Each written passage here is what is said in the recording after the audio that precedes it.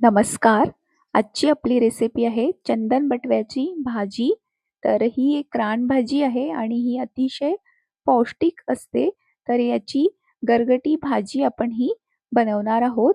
तर सोपी रेसिपी आहे आणि खूप छान होते ही या पद्धतीने बनवल्यास.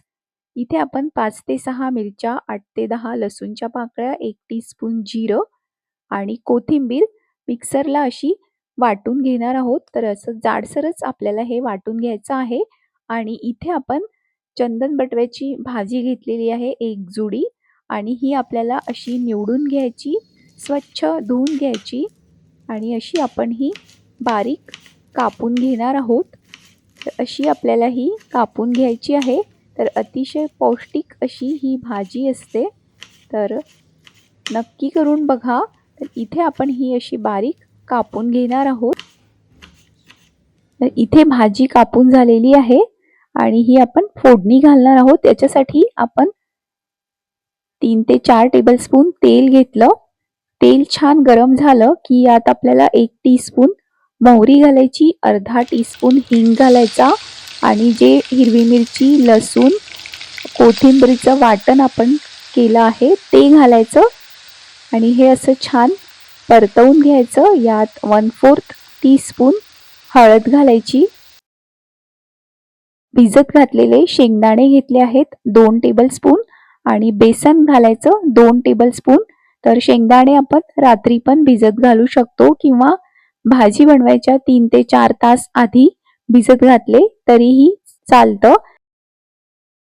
इथे आपण भाजी घातली आहे याच्यामध्ये. ही चंदन बटव्याची भाजी आपण जी कापून घेतली ती आपण इथे याच्यामध्ये घातली आहे आणि हे असं आपल्याला मिक्स करून घ्यायचं.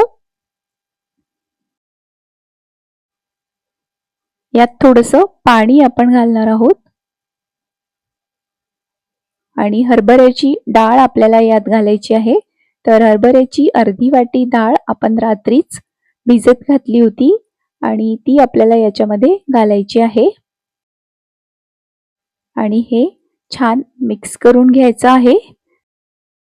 तर अशाच सोप्या आणि चविष्ट अशा रेसिपीज बघण्यासाठी सबस्क्राईब करायला विसरू नका.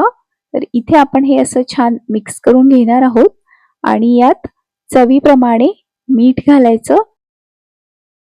मीठ आपण इथे याच्यामध्ये घातलेलं आहे आणि पाणी घालायचं आहे. 2 वाटी पाणी आपण यात घालणार आहोत आणि हे छान मिक्स करून याच्यावरती झाकण ठेवून 10 मिनिट आपल्याला ही भाजी मीडियम ते लो फ्लेमवर शिजवून घ्यायची आहे. तर तयार झाल्यानंतर ही भाजी आपण बाजरीची भाकरी, ज्वारीची भाकरी याच्याबरोबर सर्व करू शकतो. तर इथे भाजी छान शिजलेली आहे.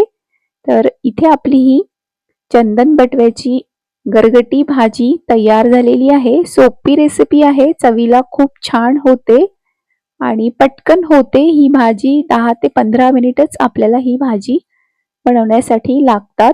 तर इथे आपली ही चंदन बटव्याची भाजी तयार झालेली आहे.